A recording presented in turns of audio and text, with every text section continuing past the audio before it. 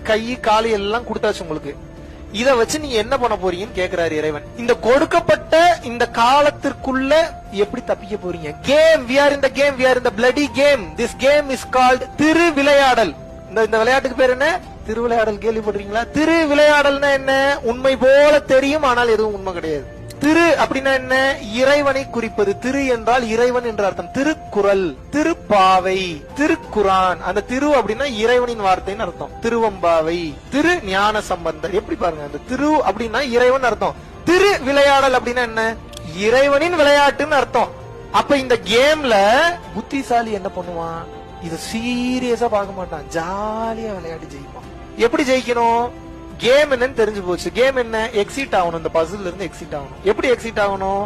மோட்சம் அல்லது முக்தி, பிறப்பிறப்பற்ற நிலைக்கு போகணும்னு எக்ஸிட் ஆகணும். இந்த கேம் எப்படி கட்டமைச்சிருக்கான்? பொண்டாட்டி ரியலிஸ்டிக்காவே தெரியுவா, ஒரிஜினல் மாதிரியே இருப்பான். புருஷன் ரொம்ப ஒரிஜினலாவே பேசுவாரு.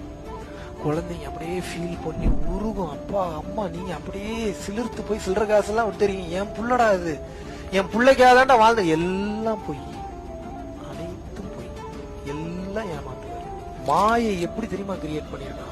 நீங்க நினைச்சு பார்க்க முடியாது. ஒரு சின்ன பிசுறு கூட இல்லாம, ஒரு சின்ன எரர் இல்லாம கிரியேட் பண்ணிருக்காங்க. நீங்க கண்டுபிடிக்கவே முடியாது இது பொய். வாய்ப்பே இல்ல. எழுதி தரேன் நான்.